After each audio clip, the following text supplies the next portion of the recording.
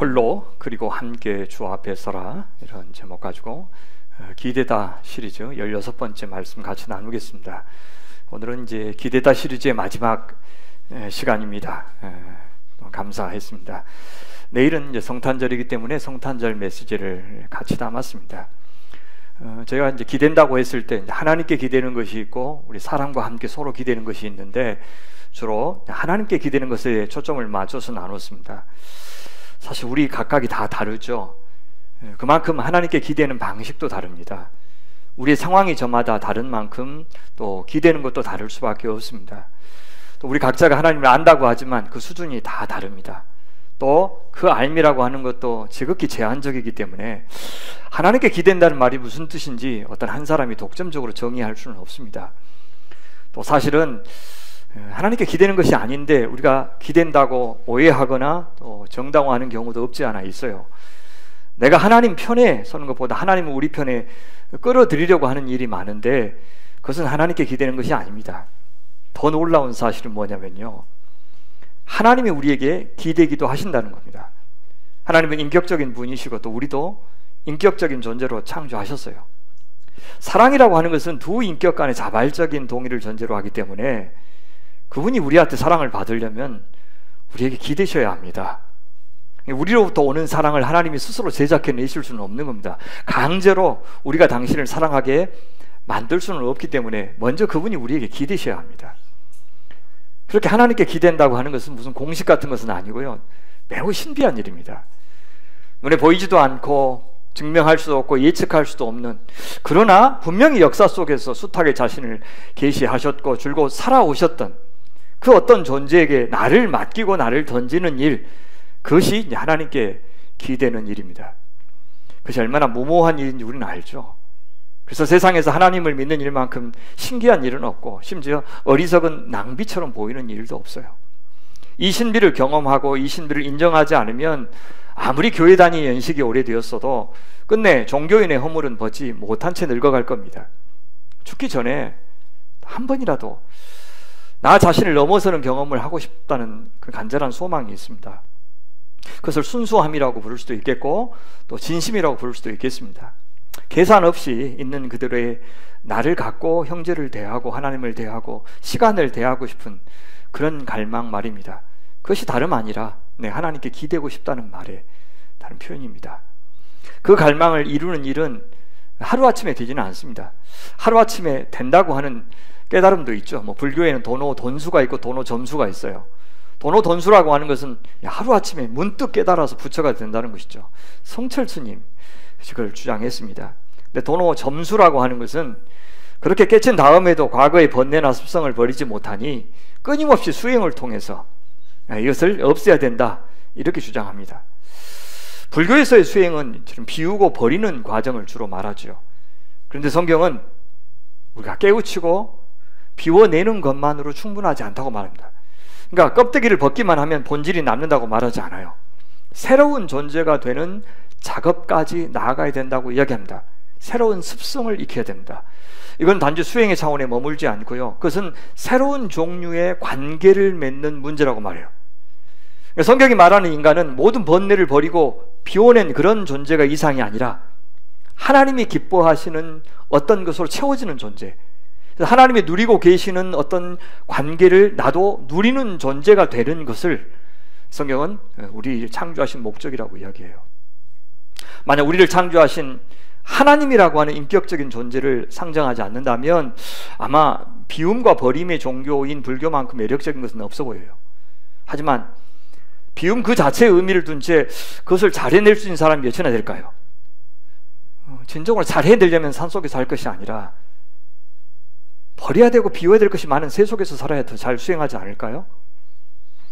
올바른 것으로 채워야 하고 생명이 되는 관계를 맺어야 한다고 하는 이 기독교도 진짜 수행을 하려면 수도원보다는 망가진 관계, 그릇된 관계, 못된 관계, 왜곡된 관계들이 늘 우리를 위협하는 아마 세상에서 훨씬 더 수행이 잘 될 겁니다.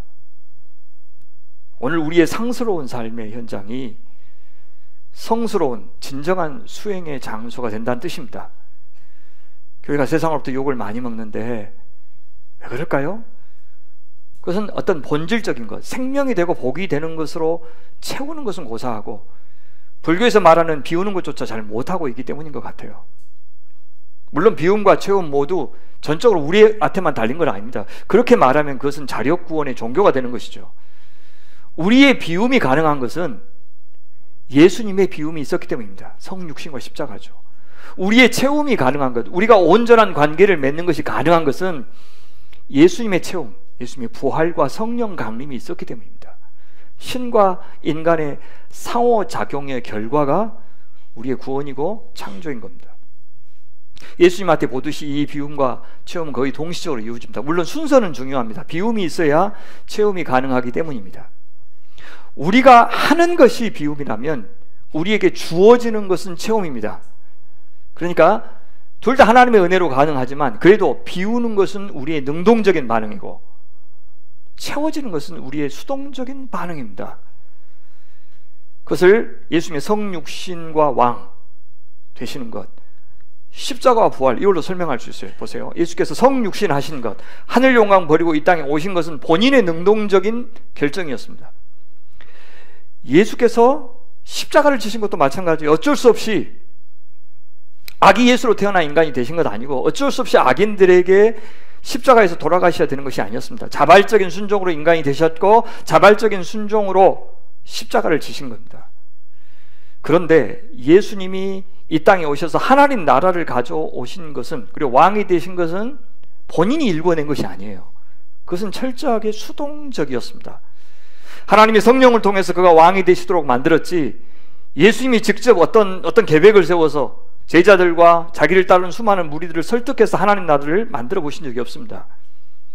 그분이 십자가의 죽음을 선택하셨지만 부활은 예수님이 스스로 하실 수 있는 것이 아니었어요. 내가 오늘 죽고 내가 사흘 만에 내 힘으로 부활하겠다, 그러실 수는 없어요. 부활하시고 승천하셔서 하늘 보좌 우편에서 왕노릇 하신 사건은 하나님 아버지께서 하신 일이에요. 예수님은 거기에 대해서 철저히 수동적이어야 합니다. 교회도 마찬가지예요. 우리가 하는 것은 버리고 비우고 그분 따라가는 겁니다. 그건 능동적으로 해야 돼요. 근데 그 결과까지 우리가 만들어내려고 하면 사람의 종교가 되는 겁니다. 사람의 교회가 되는 거예요. 목사가 왕이 되는 교회가 되는 겁니다. 이렇게 우리가 하나님께 기댄다고 하는 것은 우리를 비우는 거예요. 그리고 하나님에 의해서 채워지는 겁니다. 그건 이웃을 향해서도 마찬가지죠. 이웃을 향해서 비우는 것이 사랑이고 이웃으로 채워지기를 허락하는 것이, 그것이 사랑인 겁니다. 이웃을 사랑하는 일, 하나님을 사랑하는 일 마찬가지예요. 이웃이 자기의 한계, 자기의 약점, 욕망, 불순한 의도, 이것을 갖고도 내 안에 들어오도록 허용하는 것, 또 하나님을 향해서도 마찬가지예요. 우리를 향한 하나님을 향한 우리의 사랑이나 이웃을 향한 우리의 사랑에는 그래서 항상 한계가 있을 수밖에 없어요. 이 땅에서는. 그러니까 하나님은 우리에게 사랑을 주셔도, 우리를 채워주시려고 해도 우리가 그릇이 작아서, 믿음이 없어서 못 받는 경우가 얼마나 많습니까? 아니, 우리가 원하는 것을 주께서 주신다고 그러면 넙죽 받겠죠. 근데 하나님의 사랑이라고 하는 것이, 축복이라고 하는 것이 더 많은 경우는 고난의 형태로 찾아와요. 그래서 그게 복인지 모르고 우리는 못 받는 겁니다. 이웃들도 그래요. 참 다채로운 모습으로 찾아오죠. 하나님과는 달리 더 좋은 의도로 찾아오는 것만은 아닙니다. 늘 성숙한 태도로 우리에게 다가오는 것이 아니에요. 그래서 다 받아줄 수가 없어요. 내가 그 모든 것을 받아줄 힘이 없을 때는 경계를 잘 설정해야 됩니다. 그 남편도 자식들도 다 마찬가지예요. 자식들이 해달라는 대로 다 해주는 것이 사랑이 아니고, 자식들이 성숙하지 못한 것을 요구할 때는 노해서 아픔을 줘야 되고, 그 남편에게도 마찬가지고 교회도 마찬가지고, 사람들과의 관계에서는 자기 바운더리 메이킹을 잘해서 자기 경계 안에서 잘 사랑하는 것이, 주고받는 것이, 그것이 사랑인 겁니다. 하나님의 사랑을 받는 일도 우리가 잘 못하지만 하나님께 사랑하는 것, 우리 자신을 드리는 것도 참 한계가 있습니다. 주님께서는 부자 관원에게 네 가진 것을 다 팔아 가난한 자들에게 나눠주고 나를 따르라, 이렇게 말씀하셨죠. 너무 손해보는 그런 요구인 것처럼 보여서 못했습니다. 밭에 감추인 보화를 얻기 위해서 자기 전 재산 다 팔아서 그 보화가 감춰진 밭을 사야 하는데, 소돔과 고모라가 무너질 때 두고 온 것이 아쉬워서 뒤를 돌아보지 말아야 되는데, 내 전부를 다 드려도 모자라는 것이 하나님께 기대는 것인데 그걸 잘 몰라서 못해요. 그래서 충분히 믿지 못해서 못 누리는 겁니다. 내 전부를 다 비워도 버려도 담을 수 없는 분이 하나님이신데, 그래서 더 비울수록 버릴수록, 더 내게 있는 것을 상대화할수록, 더 가난해질수록, 더 낮아질수록, 더 온유해질수록 우리는 더 풍성한 하나님과 이웃을 경험하게 될 겁니다. 내가 풍성한 하나님과의 관계를 누리지 못하는 것은 어떤 상황 때문이 아니라 그래서 사실은 우리 자신 때문입니다. 주님은 말씀하셨죠. 무릇 내게 오는 자가 자기 부모, 처자, 형제, 자매, 더욱이 자기 목숨까지 미워하지 않으면 능히 내 제자가 되지 못한다. 그것을 다시 어떻게 표현해요? 누구든지 자기 십자가를 지고 나를 따르지 않는 자도 능히 내 제자가 되지 못하리라. 그러니까 우리가 신앙의 여정을 걷는다는 것은 이 말을 믿는 거죠. 이 말이 사실이라고 믿어지는 것이 신앙이 자라는 과정인 것 같아요. 그래서 계산이 되는 것. 그래서 주님을 선택할 때 그게 가장 수지 맞다는 것이 받아들여지는 과정은 단 한순간에 되는 게 아니고 참 여정인 것 같습니다. 조금씩 나를 비워가는 여정, 죽어가는 여정. 육신이 점점 약해지고 죽어가면서 의지를 막 불태우지 말고 마음도 같이 죽어가야 됩니다. 힘이 빠져야 돼요. 그래서 그 마지막 육신이 떠날 때는 이렇게 하나님만 남고 하나님의 영광만 남고 천국의 소망만 남게 하는 것, 그것이 우리 신앙의 목표가 되어야 되고, 그것이 사랑의 사람이 된다, 주님을 기대하는 사람이 된다, 기대는 사람이 된다는 말의 뜻이에요. 자, 그렇다면 하나님을 향한 우리의 비움과 체험은 이웃을 향해서 나를 비우고 나를 내어주는 삶, 그리고 이웃에 의해서 채워지는 삶과 별개가 아닌 거죠. 아니, 솔직히 말하면 이웃을 향해서 나를 비우는 만큼만 내가 하나님을 향해서도 비우는 것이 될 겁니다. 그러니까 하나님을 난 진심으로 사랑합니다 하면서 이웃을 잘 사랑하지 못하는 것은 아예 그런 일은 벌어지지 않는다는 겁니다. 겉으로는 차이가 있어 보여요. 그런데 하나님은 눈에 안 보이기 때문에 얼마든지 사랑한다고 말로 고백할 수 있죠. 근데 골치 아픈 이웃은 눈에 보이기 때문에 그렇게 말로만 하는 것은 잘 못합니다. 그러니까 우리는 우리 자신의 신앙에 대해서 좀 솔직해질 필요가 있습니다. 많이 노력해야 돼요. 내가 하나님을 얼마나 사랑하지? 진짜로 사랑하나? 늘 자문해야 되고, 그걸 어떻게 확인할 수 있지? 성경은 우리가 하나님 사랑하는 거 어떻게 확인할 수 있다 그래요? 예, 하나님께서 하신 말씀에 순종하는 것이 하나님을 사랑하는 것이다 그래요. 그럼 그 하나님의 말씀은 뭐라고 그러셨습니까? 그 핵심이요, 사실 이웃사랑이에요. 그렇다면 우리가 교회 안에 있는 이웃을 사랑하고 교회 밖에 있는 이웃을 사랑하는 것으로만 하나님 사랑한다는 것 표현할 수 있습니다. 주의 몸이 되는 교회를 사랑하지 않고서 하나님 사랑한다 말할 수도 없겠죠. 그러니까 교회를 생각할 때 우리는 교회는 이웃들의 모임이에요. 우리가 사랑해야 될 이웃들의 모임이 교회입니다. 그것을 먼저 생각해야 돼요. 교회 하면 사람을 먼저 떠올려야 되지, 자꾸 다른 어떤 하나님을 먼저 떠올리면, 하나님을 믿는 사람들의 모임이지만 사람은 안 보이고 하나님을 떠올리면 하나님께 대한 어떤 우리의 종교 활동이 신앙인 것처럼 착각하게 돼요. 눈에 보이는 옆에 있는 사람들 챙겨주지도 못하고 사랑하지 못하면서 사랑한다고 생각할 수도 있다는 겁니다. 물론 하나님께 직접 기도하고 찬미하기도 하죠. 그렇게 표현하기도 하지만 그것이 얼마나 진실한지는 증명할 길이 없습니다. 그래서 사랑의 대상이 우리가 하나님일 때 그것은 반드시 눈에 보이는 사람을 대상으로 진실하게 한 만큼만 진실한 겁니다. 그 사랑을 그냥 퉁치려고 하는 사람들에 대해서 위선자, 외식하는 자, 연기하는 자라고 주님은 비난하셨죠. 왜냐하면 그런 사람들은 신앙 좋은 사람이라고 하는 평판을 받기 위해서 그렇게 하기 때문에 그렇습니다. 하나님께 예배하는 순간에도, 헌물을 드리는 순간에도 예배하지 않는 다른 사람과 나를 구별하려고 하는 시도로 하기 때문에 그렇습니다. 이웃을 향해서 잘할 때도 마찬가지죠. 우리 자신을 많이 생각하면서 그렇게 잘하는 것, 찬사를 기대하고 인정을 기대하면서 잘하는 것, 그것이 우리 자기중심적인 우리의 한계예요. 저도 그렇습니다. 내 만족을 위해서 연구하고 설교하고 목회하는 거 피할 수가 없어요. 아무도 몰라줘도 괜찮다, 인정하지 않아도 괜찮다, 나 누구도 부러워하지 않겠다, 그런 적은 한 번도 없습니다. 예, 우리는 지독하게 자기중심적이에요.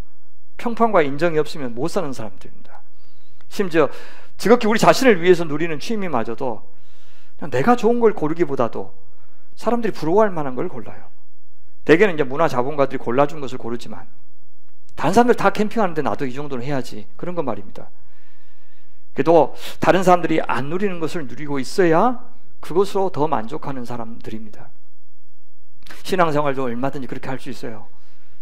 내가 인격적으로 하나님을 상대하지 않으면, 내 존재를 담아서 다른 지체들을 상대하지 않으면 사실상 나는 교회 나와서 아무것도 안 하는 것이고 그냥 남들이 다 누리는 종교를 취미생활처럼 누리고 있는 것이 됩니다. 기왕이면 평판이 괜찮은 교회에서 종교 취미를 누리면 할 말이 더 많아지고 다른 사람들이 부러움을 사니까 더 좋겠지요. 근데 거기엔 조건이 있습니다. 그 교회가 지나치게 우리를 불편하게 하거나 부담을 주면 안 되죠. 너무 많은 헌신을 요구하면 안 된다고 생각하는 것이 시도키도 자기중심적인 우리의 태도입니다. 두 가지 말씀드렸습니다. 하나님께 기댄다고 하는 것은 사람에게 기대는 것으로 평가된다. 우리가 서로 기댈 때, 또 누군가에게 기댈 어깨를 내어줄 때 주님은 우리가 당신을 기대고 있는 것으로 간주하신다 그랬습니다. 또 기댄다는 말은 비운다는 말과 같다 했습니다. 그래서 불교의 비움과는 다르다 그랬습니다. 적극적으로 버리는 것은 물론이고 수동적으로 하나님과 이웃에 대해서 그들을 통해서 내가 체험받는 것도 하나님의 은혜로 됩니다. 둘 다 하나님의 은혜로만 됩니다. 그런데 비우는 것도 내가 한다고 생각하고 채우는 것도 내가 하겠다고 생각하는 사람들은 곧장 위선자가 됩니다. 그 사람은 진정으로 비운 것이 아니고 그냥 투자한 거예요. 하나님과 교제하는 것이 아니라 거래한 겁니다. 그것을 기복신앙이라고 부르는 거예요. 지성하여 감천시키겠다는 사람. 그렇게 하지 않는 종교는 없죠. 그래서 자본주의도 종교고 공산주의도 종교예요. 종교가 아닌 이데올로기는 그런 의미에서 하나도 없습니다. 그런데 우리 신앙이 종교와 다른 점은 우리가 하나님의 은혜를 받아서 능동적으로 비우고 동시에 하나님의 은혜를 받아서 하나님과 이웃으로부터 체험받는 것을 허락한다는 겁니다. 그걸 능동적 수동성, 그렇게 저는 불러요. 그래서 기댄다 혹은 믿는다, 그런 것들은 하나님의 은혜를 적극적으로 기다리는 것. 그러니까 지체들이 없으면 나는 살 수 없다는 사실을 겸손하게 인정하면서 지체들의 도움, 지체들의 호의, 지체들의 충고, 지체들의 권면, 이런 것들을 기꺼이 수용하는 것. 나 그거 없으면 못 사는, 나는 하늘의 은혜를 빌어먹고 살고 우리 지체들의 은혜를 빌어먹고 사는 존재다 라는 것을 인정하는 사람이 그리스도인이에요.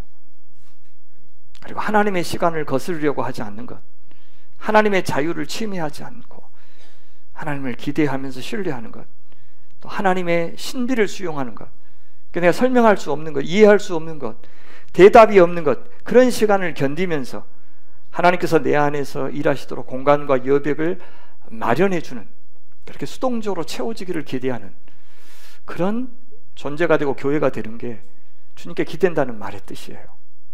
그래서 우리는 비움 그 자체를 목적으로 삼지 않습니다.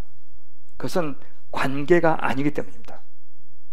관계로까지 진행되지 않는 비움은 지속적인 비움을 불가능하게 만들어요.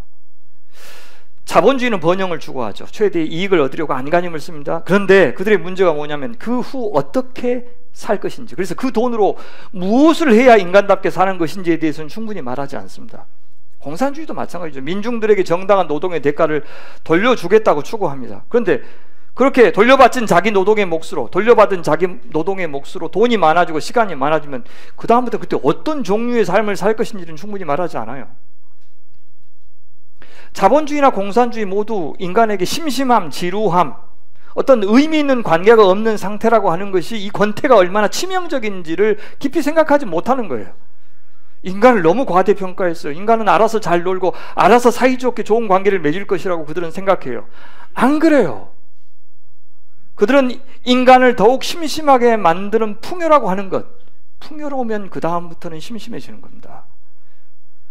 걱정이 없어지면, 걱정할 자식이 없어지고 막 애가 타면서 키워야 될 자식이 없어지고 다 커서 저들 알아서 저들 이제 앞가림 잘하고 그러면 이제는 아이고 이제 되었다 이게 아니고 그때부터는 힘들어집니다, 사람이. 그것이 얼마나 인간에게 도움이 되기는커녕 인간을 망가뜨린다고 하는 것을 충분히 깨닫지 못했어요. 이데올로기의 진정한 목적이 인간의 행복인 적이 있었습니까? 성장과 분배, 어느 쪽이든 그 자체로 행복이 될 수 있냐고요. 이데올로기는 인간을 행복하게 만들어주지 못해요. 아니 지금 러시아가 전쟁에서 이기면 행복해집니까? 이스라엘이 만약에 팔레스타인 무당 단체를 전부 다 제압하면 그때부터 행복해집니까? 아니에요. 그 다음에는요, 다음 날부터 무엇을 해야 될지 고민할 겁니다. 사람들은 누가 경쟁하고 싸울 때만 행복해요. 아, 날마다 직장에 나가기 싫죠. 근데 나가지 마라 그러면 행복할까요? 아니요. 그걸 이기고 나가서 일할 때가 행복한 겁니다. 하나님 없는 세상은 심심하지 않는 것을 가장 큰 행복으로 여겨요. 어떤 의미, 목적 그것보다도. 자기가 안 싸우면 어떻게 되겠어요? 남들이 싸우는 것을 구경이라도 해야 돼요. 그래서 운동 경기가 있는 겁니다. 그죠? 운동 경기를 해요. 스포츠를 하는데 아무나 이겨라. 그럼 재밌어요? 아니에요. 둘 중에 한 사람은 응원하고 거기다 돈까지 걸어보세요. 얼마나 재밌는지 모릅니다. 그러니까 영국에 가면 축구가 그냥 하나의 종교입니다. 종교. 스타디움이 그건 성전이에요. 그리고 이 경기장, 이 수노술은 사제들이에요. 근데 날마다 헌금을 갖다 바치는 거죠. 근데 그들은 거의 다 이게 로터리를 합니다. 여기다가 걸어요. 도박을 해요. 그러니까 열심히 그렇게 원정 경기 가서까지 열심히들 하시는 겁니다. 로마가 그 전에 알렉산더 대왕 이후로는 다들 고만고만한 나라들이 서로 싸웠어요. 근데 로마 시대가 와서 주위를 딱 평정했어요. 그래서 팍스 로마나, 로마의 평화의 시대가 드디어 왔습니다. 그럼 사람들은 와, 드디어 황금기 번성기 와서 우리 너무 재밌다 그랬을까요? 아니, 싸워야 재밌지. 누구를 미워해야 재밌고 경쟁해야 재밌는데 목표가 사라지니까 권태로워져요. 그래서 뭐 했어요? 콜로세움을 만들어서 거기서 짐승들하고 사람하고 특히 기독교인들하고 싸우게 만든 거예요. 그래서 자기들은 대신 피를 안 흘리지만 피를 흘리고 싸우는 것을 보면서 대리 만족을 했어요. 야, 우리 청소년들이 게임에 몰두하는 게 지루해서 그래요. 삶이 재미가 없으니까. 그러니까 그것보다 더 강한 도파민이 분출되는 어떤 재미가 있지 않으면은 그거 하지 마라. 너희들은 공부해야 할 때야. 너희들 공부할 때가 따로 있는 것이요. 아무리 이야기해도 절대 설득이 안 됩니다. 권태로움, 지루함, 그것들은요 가만히 안 있어요.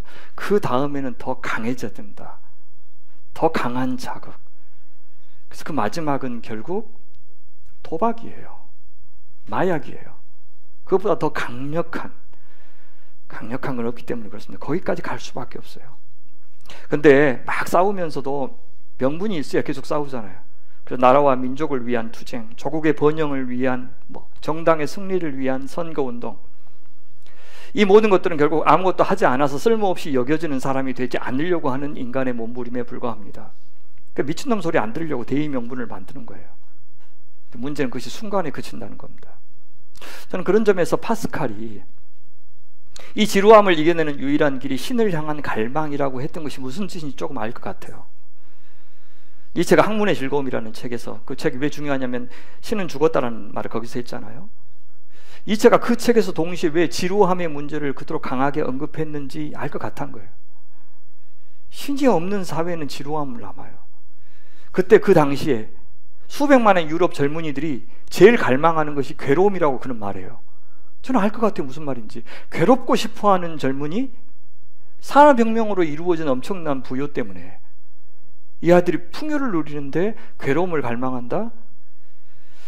신이 없는 풍요를 경험했던 유럽이 더는 추구할 목표가 사라져자 세계 제1차 대전이라는 괴로운 싸움을 저는 자초했다고 생각해요. 그런 점에서 제가 보기엔 니체는 정말 대단한 19세기 예언자 같아요.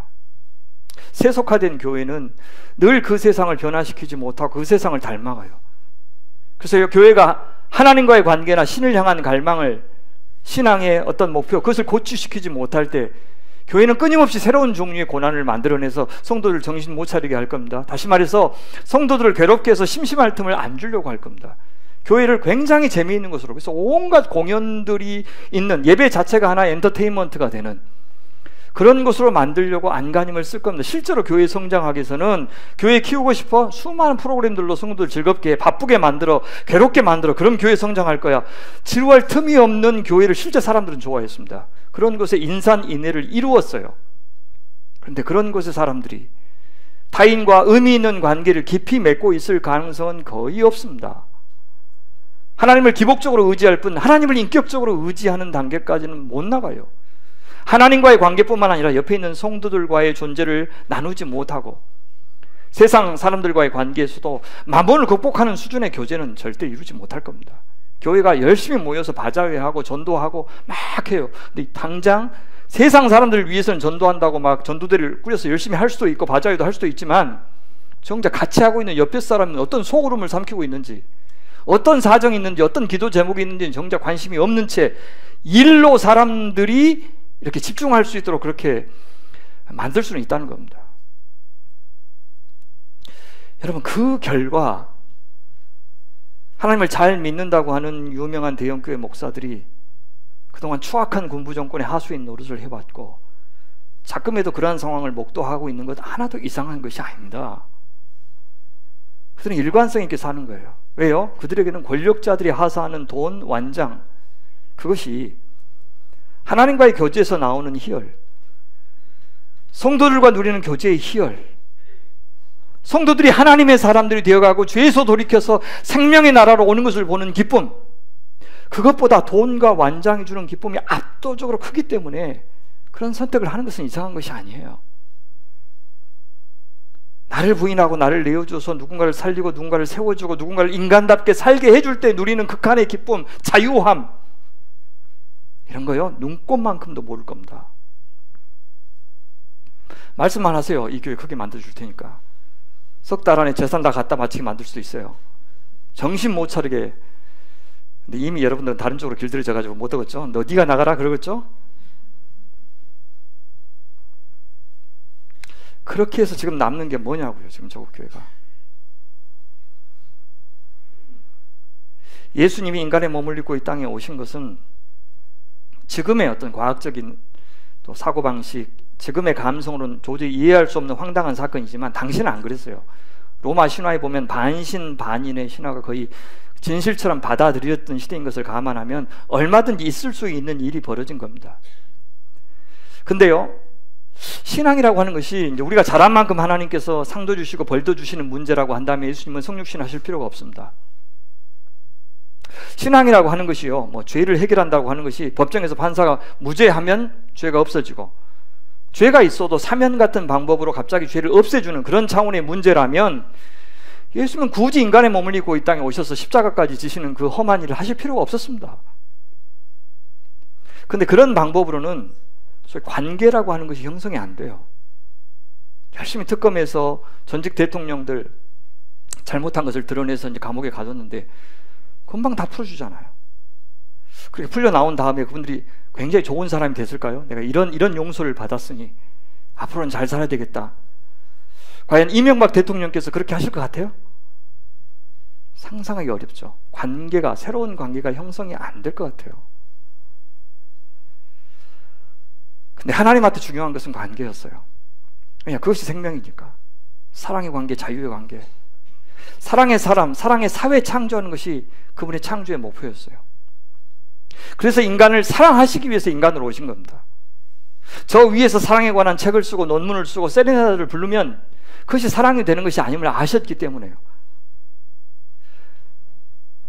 같아지는 것이 사랑의 출발이에요.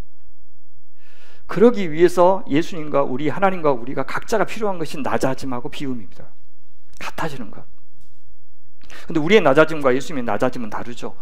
예수님은 높은 데 계셨기 때문에 낮추시는 거지만 우리들 사이에서는 낮출 것이 없습니다. 근데 성경은 우리에게 낮추라, 겸손하라 계속해서 요구하시는데 이유가 뭐죠? 모든 아담의 죄를 갖고 있는 우리 인간은 기본적으로 다른 사람들보다 항상 늘 높은 데 있고 있고 싶어 합니다.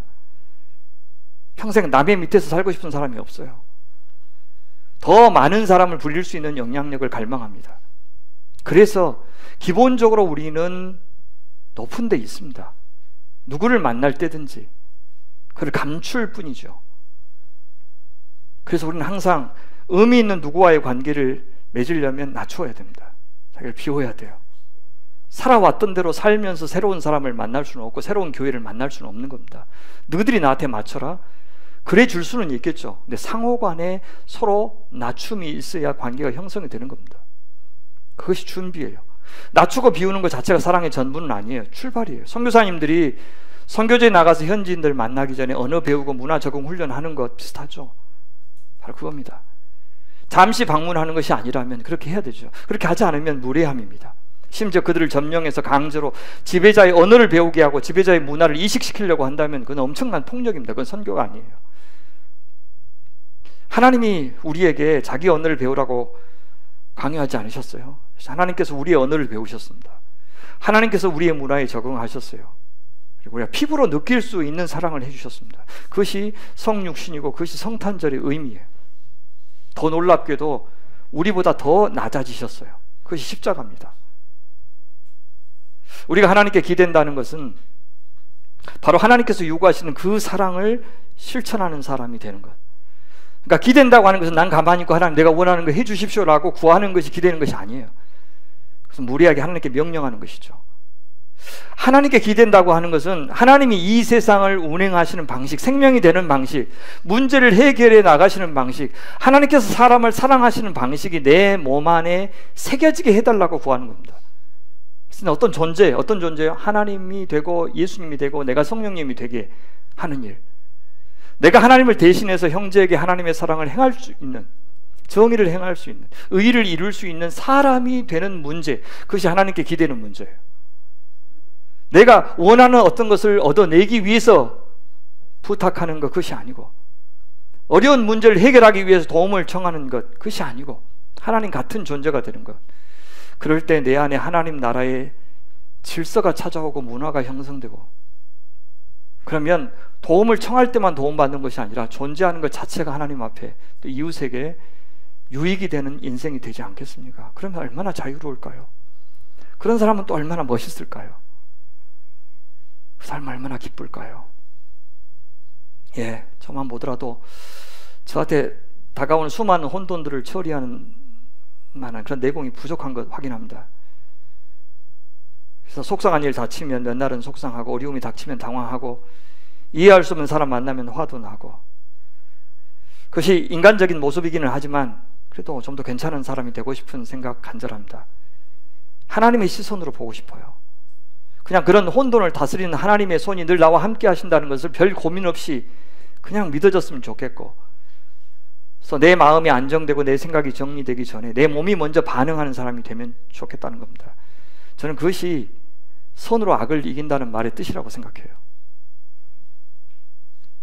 저는 이렇게 하나님께 기대는 삶, 하나님이 되는 삶, 하나님처럼 사는 삶을 사는 인간이 되는 것, 그것이 복음의 목적이라고 봐요. 그것이 복음에 합당한 삶이고, 그것이 우리 자신을 산 제물로 하나님께 바친다는 말의 의미인 것 같습니다.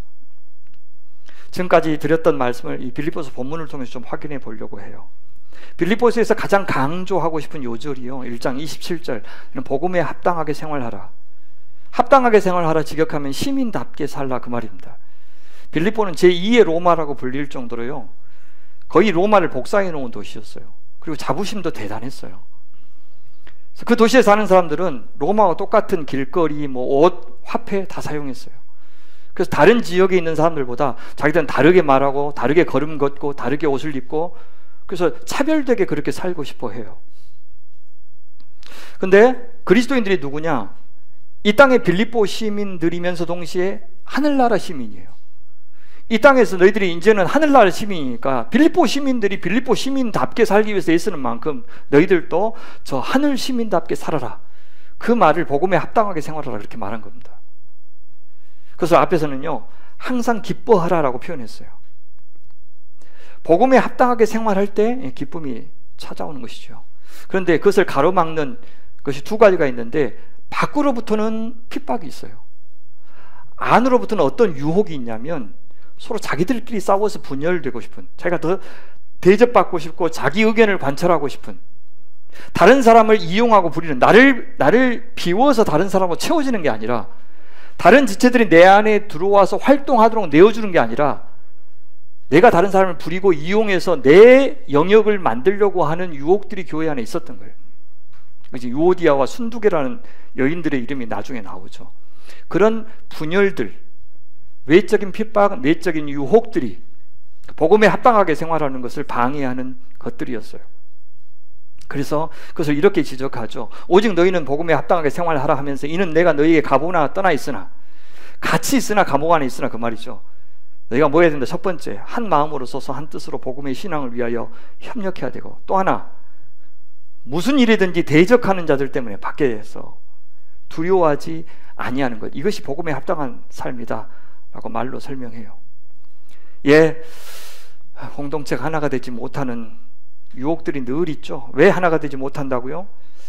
세상에서 잘 나가고 힘 있는 사람들이 교회에서도 힘을 쓰려고 했던 것 같아요. 세상에서 상처받은 사람들이 그 상처를 교회에서 쏟아놓아요. 교회에서 인정받지 못한 자들이 교회를 비난하기 시작했어요. 이 교회가 그리스도의 몸인 것은 생각하지 않고 세상 방식으로 좌지우지하려고 할 때 교회가 분열되었습니다. 교회가요, 바깥으로부터 핍박도 받았어요. 복음을 따라 사는 것이 얼마나 큰 대가를 치러야 하는지를 보여주죠. 그래서 세상은 복음을 떠나도록 겁박합니다. 자기들 말 들으면 훨씬 더 지루하지 않고 기쁠 것이라고 계속 이야기해요.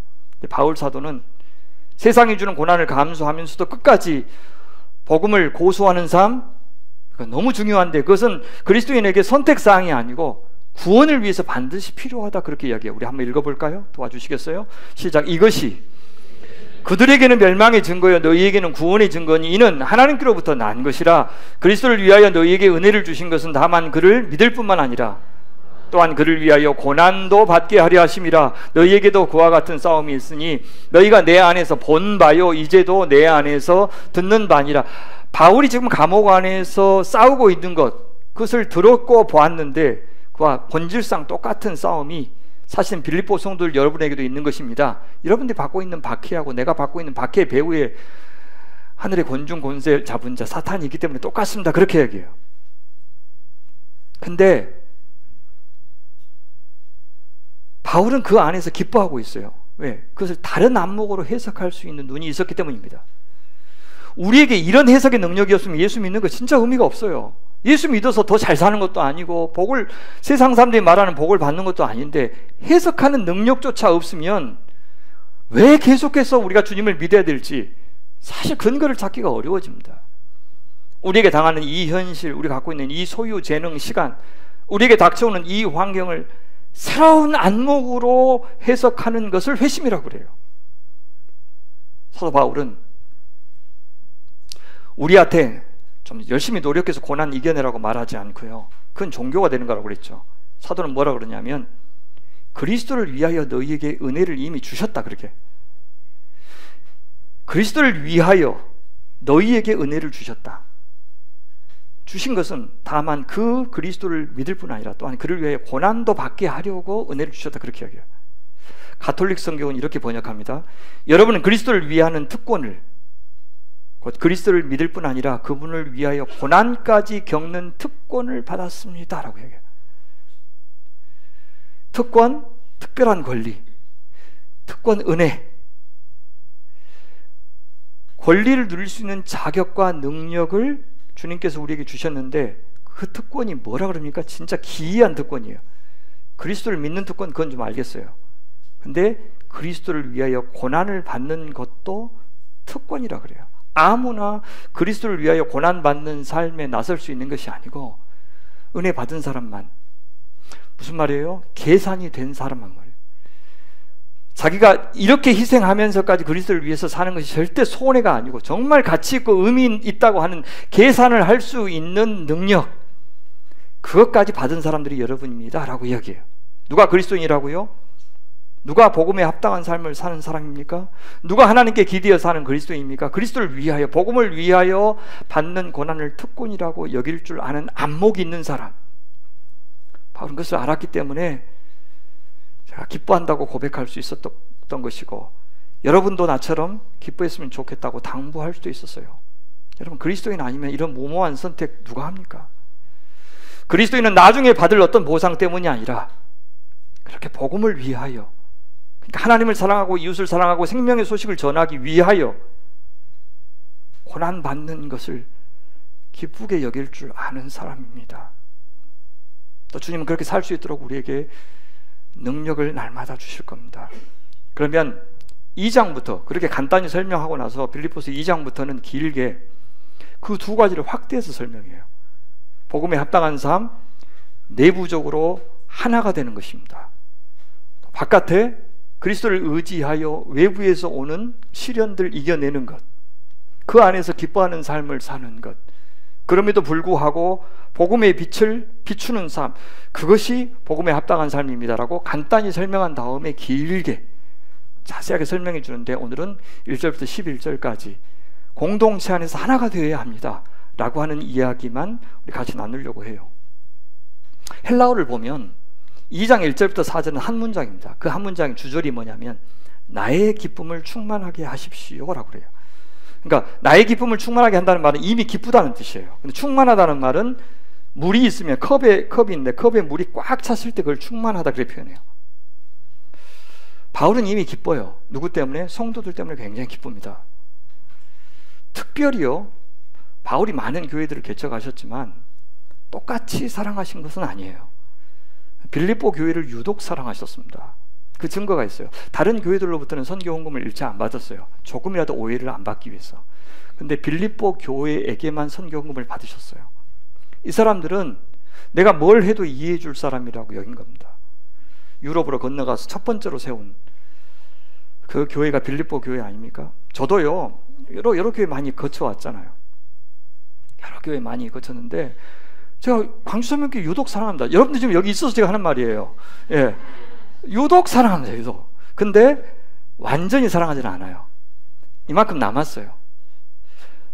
빌립보 교회를 향해서 바울도 겁나 사랑하는데 아직도 채워져야 될 부분이 남아있어요. 여러분들이 이렇게 신앙이 자라주시면 제 기쁨은 완전히 찰 것입니다. 그래요. 근데 공동체가 어떤 모습이면 바울이 더할 나위 없이 기뻐하는 그런 사람이 될 수 있을까요?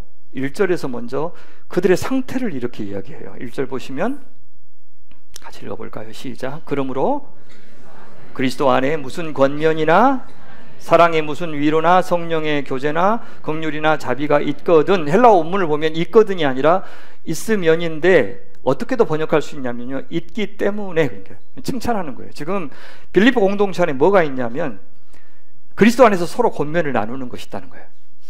그들은요 사랑으로 서로 위로해 주는 사람이에요. 또 성령 안에서 서로 교제하고 긍휼을 베풀고 자비가 있는 사람들이에요. 이것은 진짜 은혜죠. 하나님이 축복으로 주신 은혜들을 여러분들이 누리고 있기 때문에 어떻게 해야 돼요? 하나가 되십시오 그 말이에요. 하나님은 축복을 주셨는데 그 축복을 받은 사람들이 그 축복을 발휘해서 서로 사랑하고 하나가 돼야 되는데 그렇게 하지 못하면 안 됩니다. 그렇게 하지 못한 모습이 있어서 제가 완전히 지금 기뻐하는 것은 아닙니다. 그렇게 이야기해요. 2절 보실까요? 여기 2절 보시면, 자, 그런 것이 있기 때문에 여러분들은 어떻게 살아야 됩니다? 마음을 같이하여 같은 사랑을 가지고 뜻을 합하며 한 마음을 품어. 두 번 나온 단어가 있습니다. 뭡니까? 마음이란 단어가 있는데 이 마음은 하트가 아니고 뭐냐면 가치관, 세계관, 생각, 그렇게 번역할 수 있어요.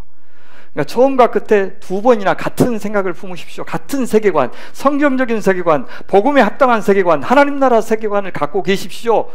그것이 있어야 뭐가 가능해요? 같은 사랑을 품기 어려워요. 다 사랑한다고 하면서 교회 싸웁니다. 같이 하나님께 영광을 돌린다 하면서 서로 싸울 수가 있어요. 그렇죠? 왜? 같은 가치관에 근거하지 않으면 목사님하고 성도들도 마음이 안 맞을 수도 있고 장로님과 안 맞을 수도 있어요. 같은 복음에 기초한 세계관을 가져야 그 사랑이 같은 사랑이 될 수가 있어요. 그리고 하나님의 영광을 위한 같은 뜻을 품을 수가 있어요. 뭘 이용해서 하나님이 이미 주신 그리스도 안에 있는 권면, 사랑의 위로, 성령의 교제, 긍휼, 자비, 이런 것들을 사용하셔서 여러분들 하나님 나라의 복음에 근거한 사랑을 하시기 바랍니다. 그래요. 그러면 그렇게 하기 위해서 어떤 것이 필요하다고 얘기하냐면 3절이요. 뭐가 없어서 그 사랑을 지금 이루지 못하냐면 아무 일이든지 다툼이나 허영으로 하지 말고, 이게 있었던 거예요. 엄청난 축복을 받았는데 그건 서로 다투고 있었고 허영에 차 있었어요. 그렇게 하지 말고 어떻게 하라고요? 오직 겸손한 마음으로. 또 마음이라는 단어가 똑같이 나오네요. 2절에 나왔던 그 단어예요. 겸손한 마음으로 각각 자기보다도 남을 낫게 여기십시오. 으뜸이 되고자 하는 제일 끝이 되고, 끝이 되고자 하는 으뜸이 된다. 그렇죠? 먼저 되고자 하는 자는 나중되고, 나중되고자 하는 자는 먼저 된다 라고 하는 그 복음의 원리를 말씀하시는 겁니다. 특히 여기요, 다툼, 허영, 공동체를 망가뜨리는 모습이죠. 진리를 몰라서. 허영이라는 말은 케노독시아라는 단어입니다. 이것은요, 케노스란 말이 텅 비었다는 뜻이고, 녹사라고 하는 말은 영광이라는 뜻이에요. 그러면 텅 빈 영광, 그 말이죠. 겉으로는 그 사람 되게 신앙 좋아 보이고 영광스럽게 보여요. 근데 실제로는 속이 텅 비었어요. 복음이 없어요. 간증이 없어요. 하나님을 만난 경험이 없어요. 그런 사람들이 텅 빈 영광이에요. 사람들은 대단하다, 와 영광스럽다 그렇게 생각할 줄 몰라도 신앙의 근거가 없는 사람, 그런 사람들이 욕심이 가득하고 하나됨을 깨트리는 겁니다. 세상에선 돈 있다고 힘 있다고 인정받을지 몰라도 교회 안에 들어와서까지 그런 대접을 받으려고 하는 사람들이 있으면 하나가 될 수가 없어요. 그런 사람들이 얼마나 다른 사람들을 얕잡아 보겠습니까? 다 자기 이익의 수단으로만 여기겠죠. 반대로 세상에서 인정받지 못한 사람들이 교회에서 직분을 얻으면 정말 완장질하기 쉽습니다. 여러분도 교회의 어려움을 겪으면서 이런 두 부류의 사람들이 모두 아마 교회 하나됨을 깨트리는 거 경험하셨을 겁니다. 십자가의 사랑이 아니면 사랑의 이름으로 미워하고 다투고 전쟁하는 거예요. 평화를 위해서 전쟁을 선택하는, 번영을 위해서 전쟁을 선택하는 인간들을 한번 보십시오. 그렇게 십자가의 겸손, 십자가의 비움, 십자가의 낮아짐이 없는 교만한 사람들이 다툼을 일으켰어요. 거긴 사랑이 없어요. 그래서 사랑은 어디서 나온다고 이야기합니까? 바울은 겸손한 마음에서 나온다고요. 여기 겸손하다는 이 단어가 낮아진다는 단어예요. 낮아진다. 자기 안에 허영이 아니라 자기를 낮추는 생각이 있을 때, 마음 생각이 있을 때 도리어 남을 나보다 낮게 봅니다. 남을 나보다 낮게 여기는 생각이 회심의 마음이에요. 남을 나보다 귀하게 여기고 사랑하는 사람, 자기 중심적인 사람에서 그렇게 변화되는 것을 회심이라고 그래요. 더 훌륭하게 여긴다, 더 우선시한다. 타인의 믿음이 나보다 좋고 그들이 나보다 더 열심히 기도하고 하나님을 더 사랑한다. 그래서 나보다 하나님께서 저 사람을 더 써줬으면 좋겠다 하는 마음이 회심의 마음이에요. 그런 마음인데 어떻게 싸우겠어요? 나는 사람을 잘 모른다, 난 다른 사람도 잘 모른다고 인정하는 사람, 자신이 아무것도 아니라고 생각하고 낮추는 사람, 그런 사람을 하나님께서는 높이시는 겁니다. 겸손은 영어로 휴밀러티 그렇게 얘기하죠. 수치는 휴밀리에이션입니다. 휴밀러티 하지 않으면, 겸손하지 않으면 수치를 당해요. 하나님이 낮추시니까 휴밀리에이션이 됩니다. 그렇게 겸손한 마음, 남을 낮게 여기는 마음이 우리 속에 있을 때 겉으로 그것이 어떻게 표현됩니까? 4절에 나와요. 그렇게 겸손한 사람이 하나됨을 추구하는 모습이, 실천적인 모습이 이렇게 나오죠. 각각 자기 일을 돌볼 뿐더러 각각 다른 사람의 일을 돌보아 준다. 그렇게 남의 일에 참견하기보다는 먼저 자기 자신의 내면을 먼저 살피는 사람이 되죠. 사랑하여 간섭하는 것이 아니라 자기가 다 우월하다고 생각해서, 더 많이 안다고 생각해서 참견하면 하나됨이 깨집니다. 먼저 자기가 해야 될 일을 책임 있게 감당하는 사람이 되는 것이 겸손이죠. 다들 자기 삶에 최선을 다할 때 하나가 되는 겁니다. 혼자 잘 노는 사람이 같이도 잘 놉니다. 그렇게 자기 일을 잘 하고 나서 타인의 문제에 개입하여 조언을 주고 도움을 주어야 한다 이렇게 말하죠. 자기만 챙기는 개인주의도 문제지만 자기 일 안 하고 다른 사람 것 그렇게 간섭만 하는 것도 공동체 하나됨을 깨트린다 그렇게 이야기해요. 바울은 그렇게 했을 때 내가 내 기쁨이 충만해질 것이다, 자신이 누리고 있는 기쁨이 충만해질 것이다 그렇게 얘기해요. 그렇게 공동체가 하나 되는 것이 그리스도가 누구인지를 가장 잘 보여주는 방법이 되기 때문입니다. 그리스도는 사랑의 화신이신데 하나됨이 그 바로 사랑의 표현입니다. 그래서 그리스도의 사랑을 받은 사람들이 추구해야 되는 것이 뭐냐? 끝까지 그것이 하나됨이에요. 용서하고 화해하고 평화를 추구하고 나누어주는 삶을 통해서 공동체가 하나가 되어가는 것이 바로 창조의 목적, 구원의 목적을 이루어가는 교회의 존재 이유인 것입니다. 어떻게 하면 공동체가 싸우지 않고 하나가 될 수 있습니까? 자신을 낮추고 비우는 것이다고. 예수님만이 온 세상의 주권자임을 인정하는 삶에서 가능하다 그렇게 얘기합니다. 결론적으로 그렇게 살 때 외부의 박해로부터도 공동체가 넉넉히 이길 수 있다라고 하는 것이 빌립보서의 관점입니다. 그 관점이 있을 때 기뻐할 수 있다고 이야기해요.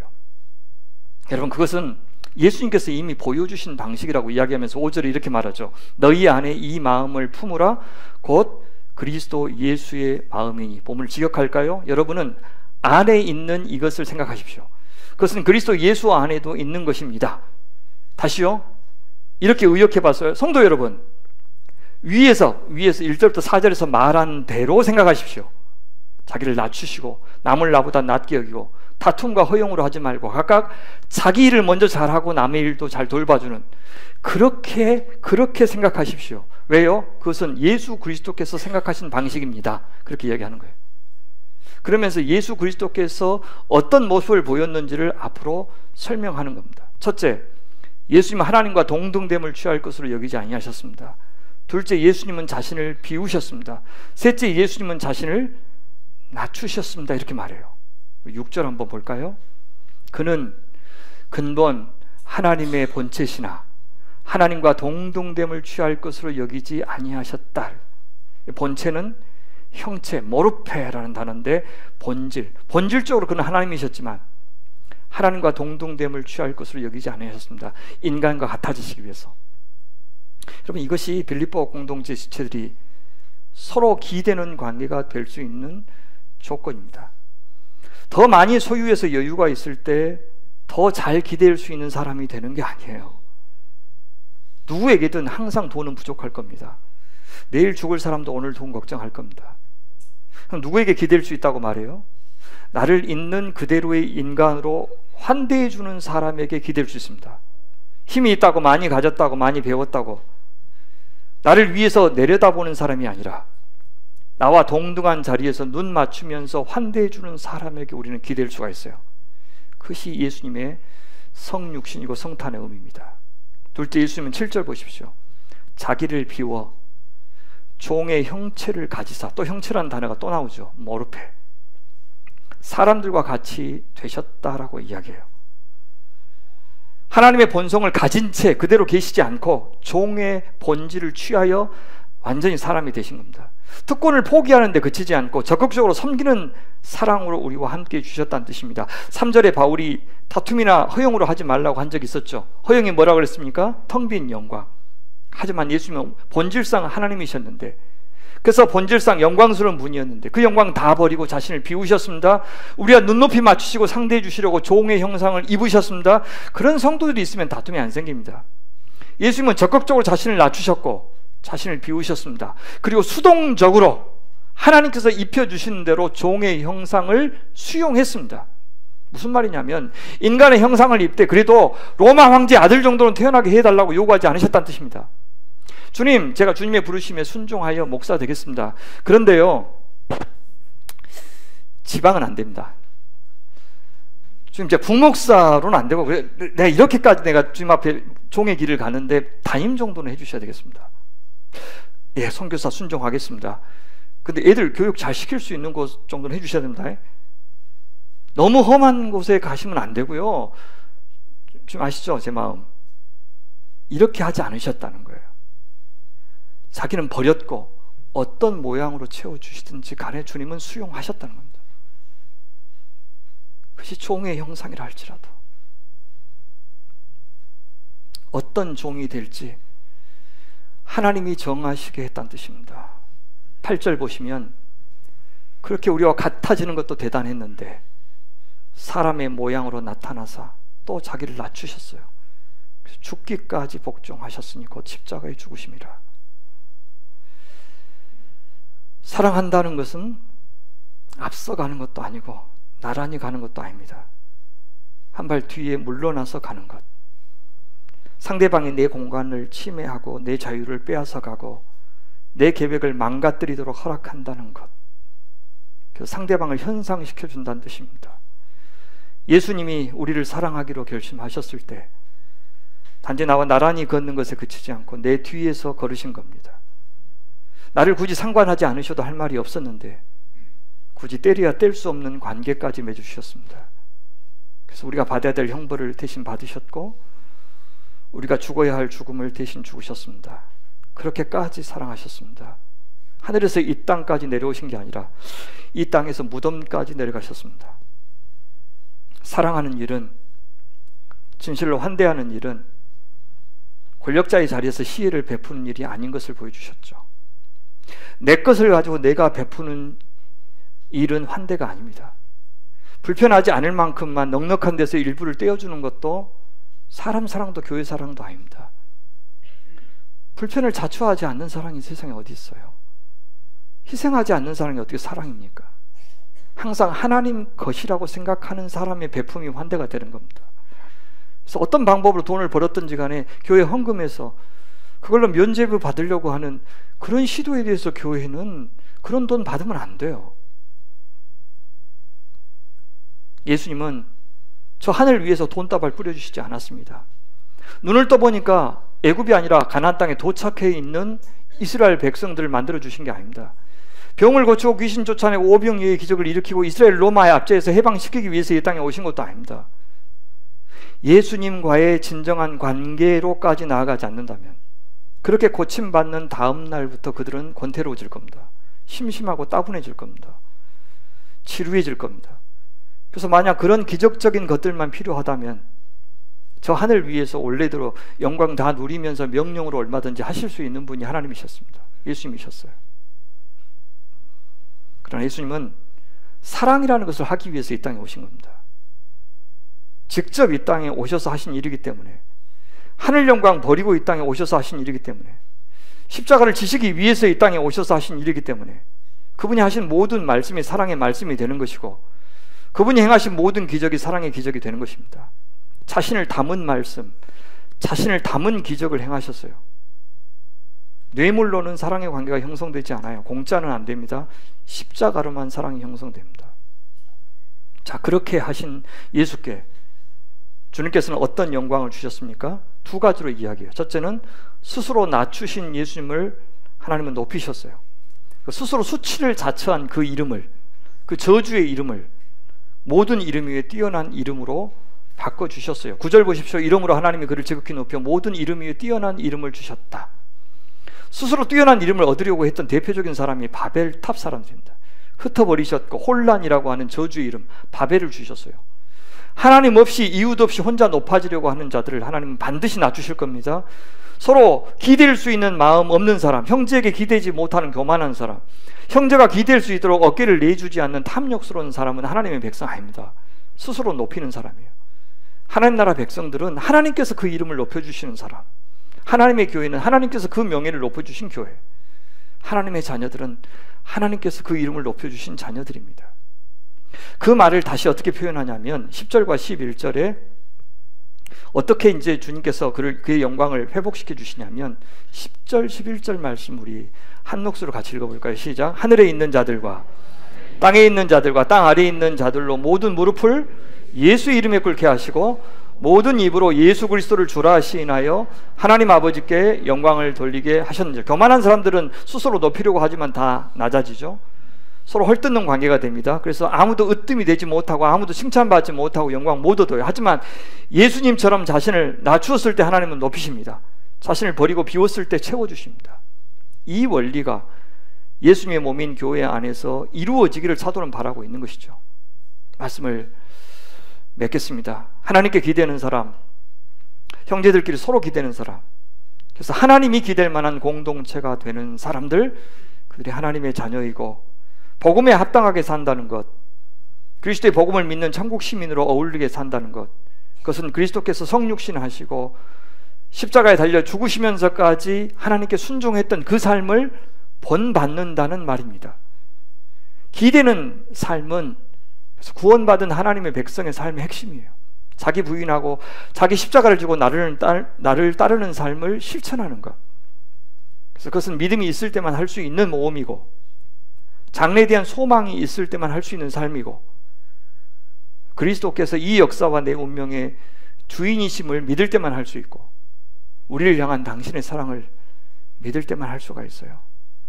얼마나 걱정할 것이 많은 세상입니까? 근데 사도는 감옥에서 죽을 날 받아놓고도 우리한테 두려워하지 말고 담대하라고 합니다. 예수 그리스도만을 이 로마 제국 안에서 주로 인정하고 그분의 권위 앞에 무릎을 꿇고 그분의 뜻이 나의 삶 가운데 이루어지게 하라고 당부하고 계십니다. 그렇게 사는 것을 우리가 우리의 삶의 목표로 삼을 때 공동체는 하나가 될 수 있어요. 자기 자신을 사랑하려고만 하면 나누어지겠지만 주님을 높이려고 할 때 우리는 하나가 돼요. 그렇게 우리가 하나가 되어 잘 놀 때 주님 우리를 높여주십니다. 이 교회를 통해서 영광 받으실 겁니다. 세상도 우리가 믿는 예수 그리스도를 인정하고 싶어 할 것이고 그들의 인생을 주께 드리는 날 오게 될 겁니다. 그렇게 선교적 공동체로 증인으로 살게 될 겁니다. 그러니 사랑하는 소명의 가족 여러분, 이 연말에 특히 성탄절을 앞두고 참 좋으신 그리스도를 바라봅시다. 어려울 때일수록 더욱 그리스도 예수를 바라봅시다.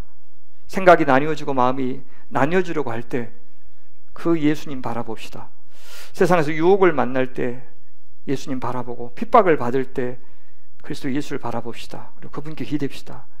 주 예수보다 더 귀한 것 없고 그분의 이름보다 더 뛰어난 이름 없고 그분보다 더 복종해야 될 것 없는 그런 인생이 되어 갑시다. 작은 예수 되어 예수께서 주신 힘으로 힘껏 사랑하고 서로 기대어 삽시다. 그렇게 짱짱한 교회 되어서 부디 이웃에게 그리스도의 사랑을 나누어주는 교회 되었으면 좋겠어요. 우리 각자가 홀로 우리 주 예수 그리스도 앞에 잘 섭시다. 주님께 잘 기대며 살아갑시다. 그리고 함께 예수님 앞에 섭시다. 한 마음으로 공동체가 주님을 섬겼으면 좋겠어요. 그래야 시간이 흐를수록 좀 더 편한 공동체, 좀 더 편한 사람이 되었으면 좋겠습니다. 좀 더 풍성하게 신비를 머금은 사람, 침묵을 머금은 사람, 영광을 머금은 사람이 되어 갑시다. 16번에 걸쳐서 기대다 시리즈 같이 묵상해 주시고 호응해 주시고 또 기도해 주셔서 감사합니다. 무엇보다 이런 영감을 주신 하나님께 감사합니다. 기도하겠습니다. 참 좋으신 하나님 아버지, 우리에게 먼저 다가오시고 우리를 사랑해 주신 당신 앞에 어떻게 반응해야 될지를 이렇게 다채롭게 살펴보게 하심을 감사합니다. 이제는 주님께서 마음대로 우리 안에서 역사하시고 또 이웃들이 우리 안에서 자유롭게 놀고 편안하게 자신을 나누고 그렇게 하는 것을 기꺼이 환영하는 하나님의 사람들로 삼아 주시옵소서. 그래서 예수 그리스도께서 하나님과 성령님과 누리셨던 그 아름다운 교제가 우리 안에 이루어지게 도와주시고 그런 환대의 공동체가 되어서 세상 앞에 희망 없고 기쁨 없고 지루하고 따분하기만 하는 아무 의미를 찾을 수 없는 세상에서 참다운 복이 어디에 있는지, 참다운 생명이 어디에 있는지를 직접 시연해 보이는 살아있는 당신의 몸인 교회가 되게 하여 주시옵소서. 우리에게 와주셔서 감사합니다. 사랑을 직접 경험하게 해주셔서 감사합니다. 주님 고맙습니다. 영광 받아 주시옵소서. 감사하며 우리 구주 예수님 이름으로 기도하옵나이다. 아멘.